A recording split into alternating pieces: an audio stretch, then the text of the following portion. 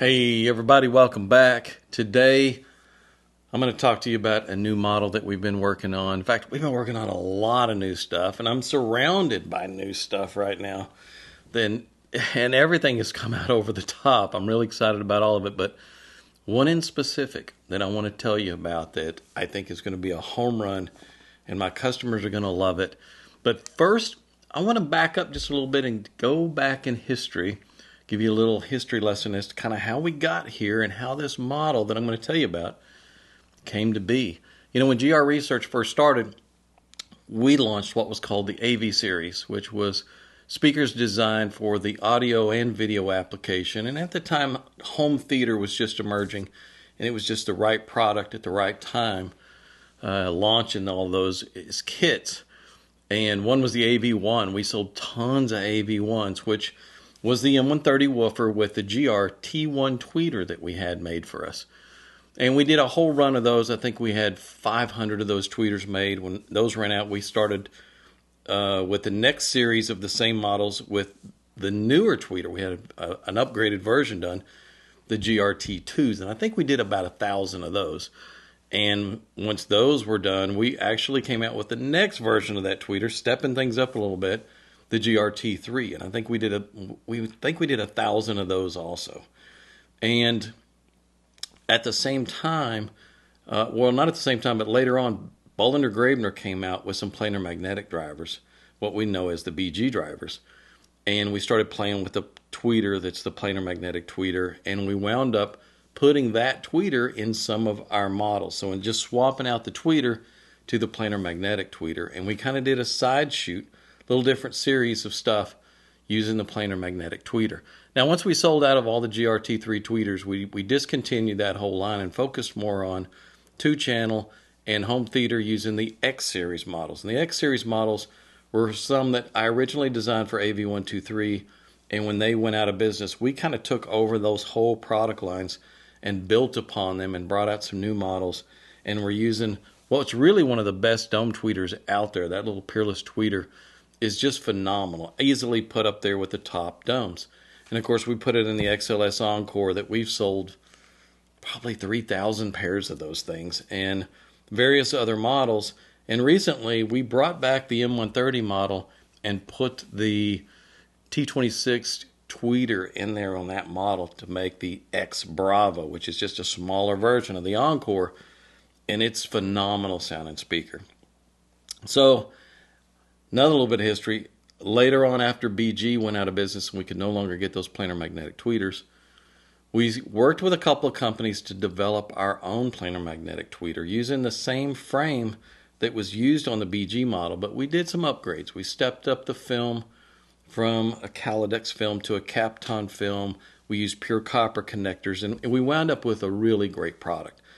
And we just had the tweeters alone, and we've been using those in the Extreme and in Exotica and the NX Studio, where those things are backloaded into a waveguide. And it was the only way we really used them was to load them into a waveguide that was milled into the front baffle of those boxes.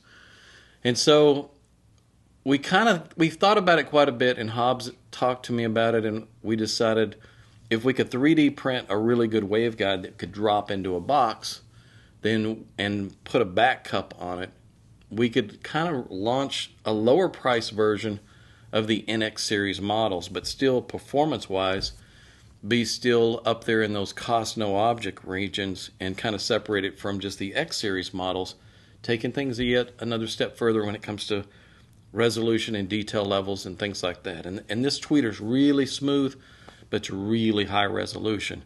And so we spent quite a bit of time printing different variations of that little waveguide and back cups, and then figuring out exactly how to put the damping material and whether it wanted insulation or polyfill, or we actually settled on cotton balls as being the best damping material. And it just so happens we can get these big jumbo cotton balls and we stick 2 of them in there and it's perfect. So a lot of stuff worked out, and we wound up doing this little NX Bravo model, which uses that planar magnetic tweeter, but same woofer as the regular Bravo, NX Bravo, and it's turned out really, really well. And so building upon that, we thought, well, let's go back to some of the earlier AV models and let's relaunch one of those models. And that's what I'm going to talk to you about today. So I'm going to pause here. I'm going to get this stuff off of here.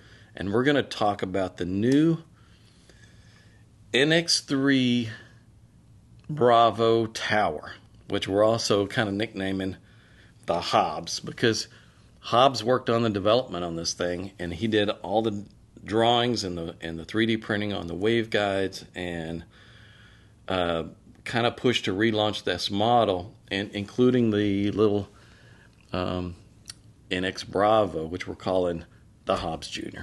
Because it just needed a simple nickname. So the Hobbs Jr.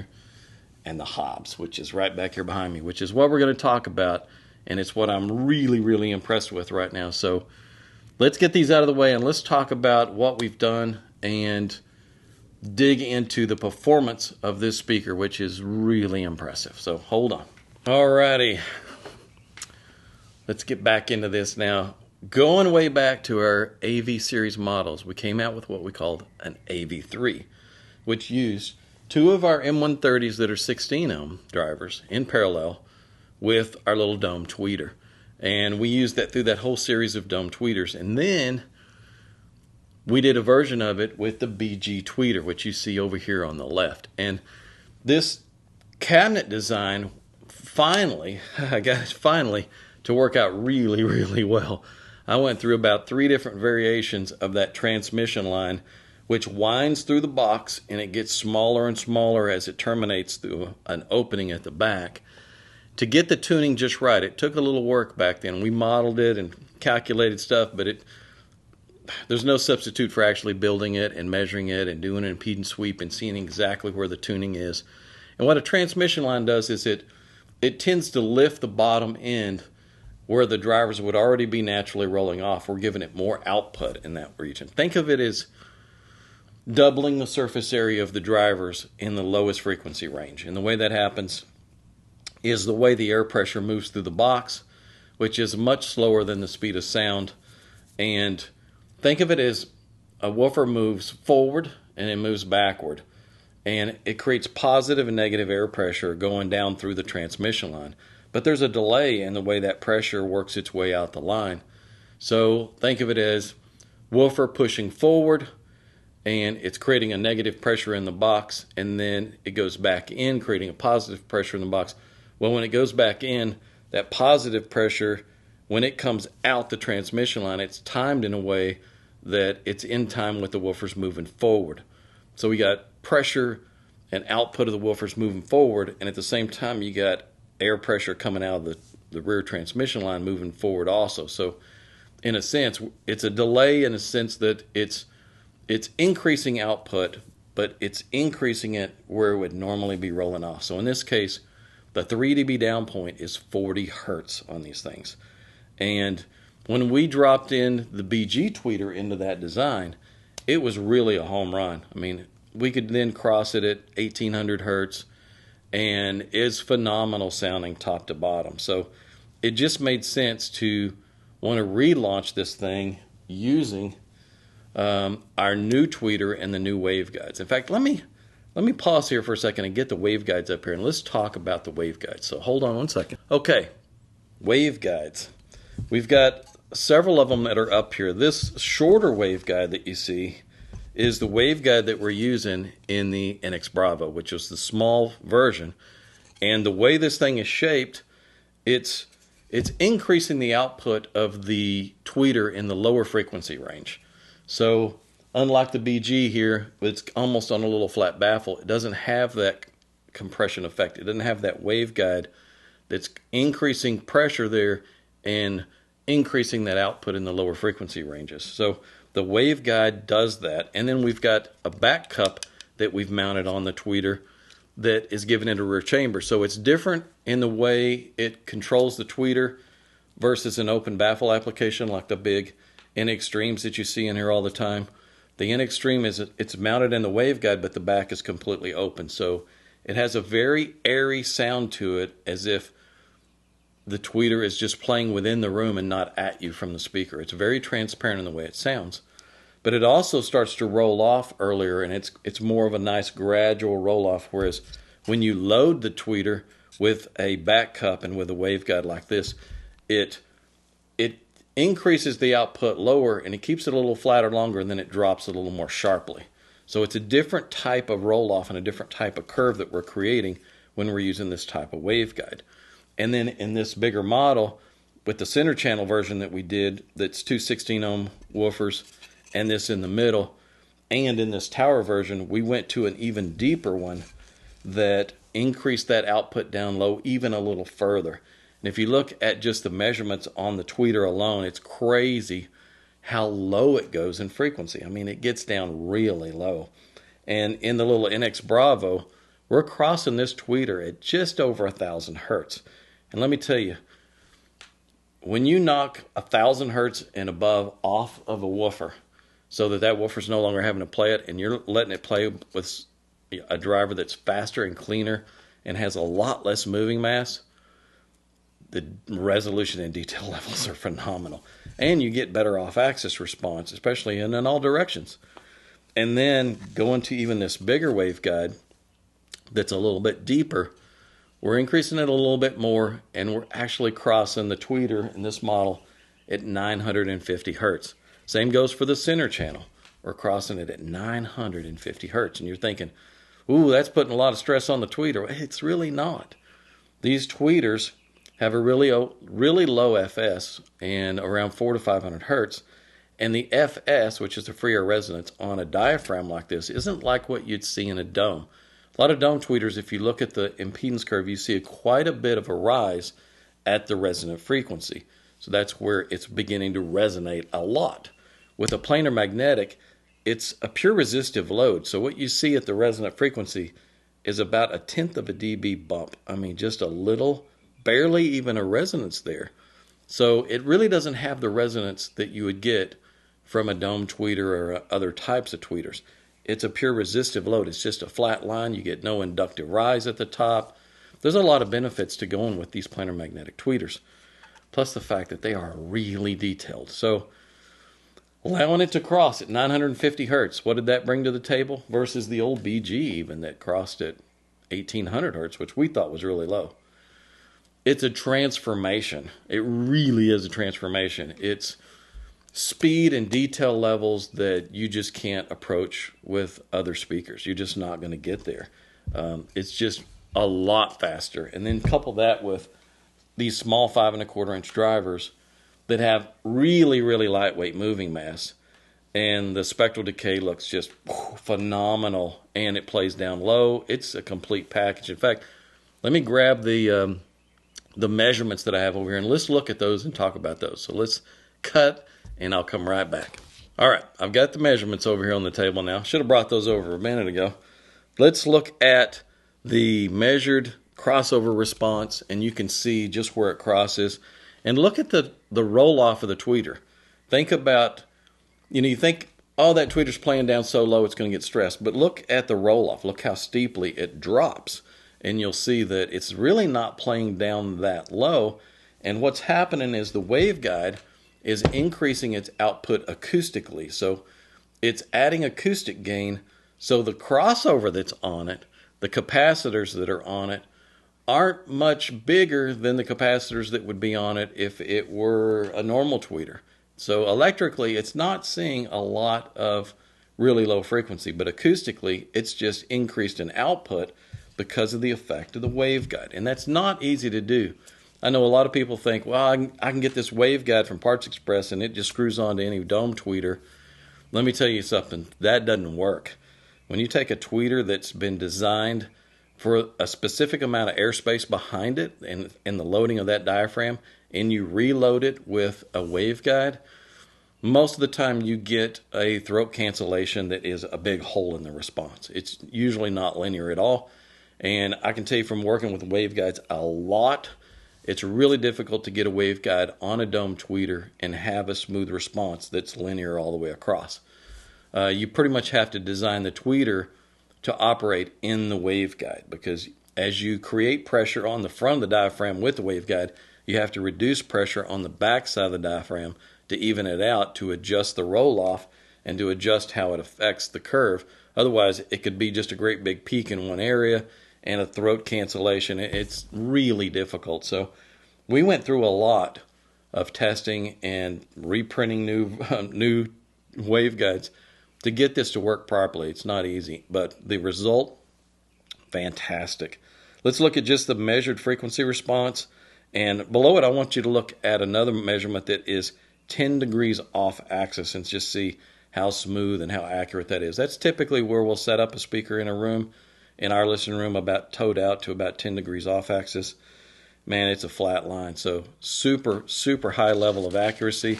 Another benefit when you cross a tweeter that low is as you move up or down, you're not changing the time arrival of all the drivers between each other as much, because the wavelengths are much longer at below 1,000 hertz than they are, say, at 2,500 hertz.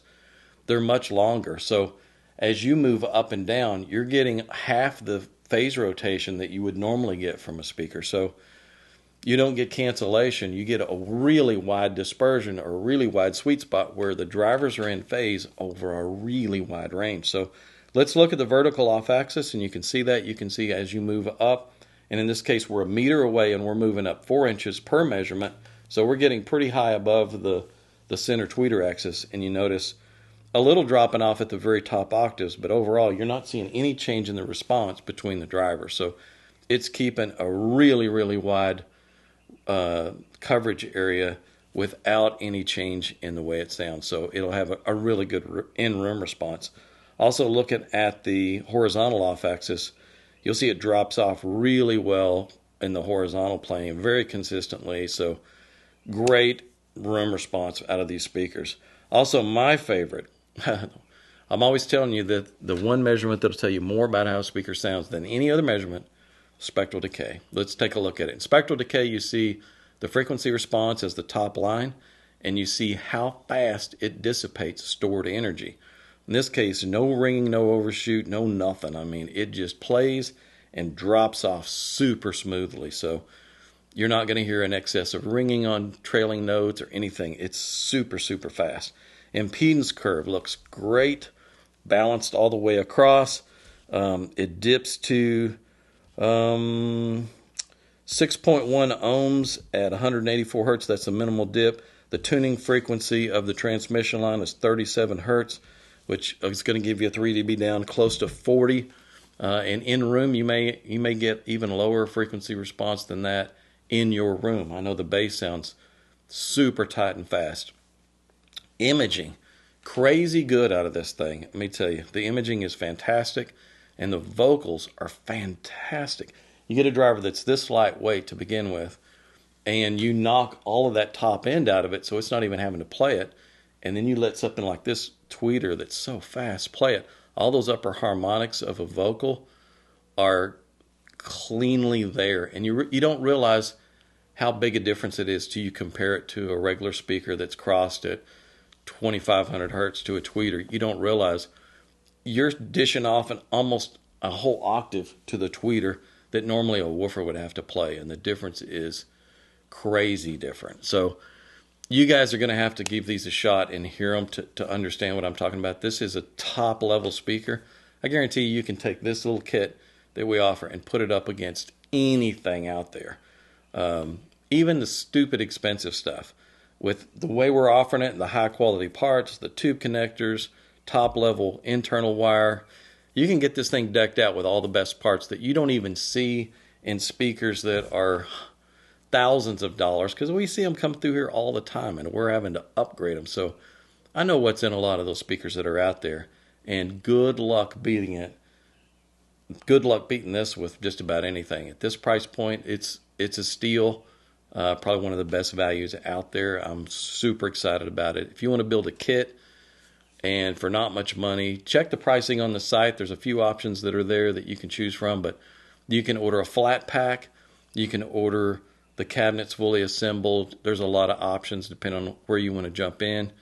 And you can load this thing up with no res, and because of the way the bracing and the transmission line runs through it, It's super well braced. And then with the no res, it's dead quiet. You don't get a lot of resonance from this thing, even all over.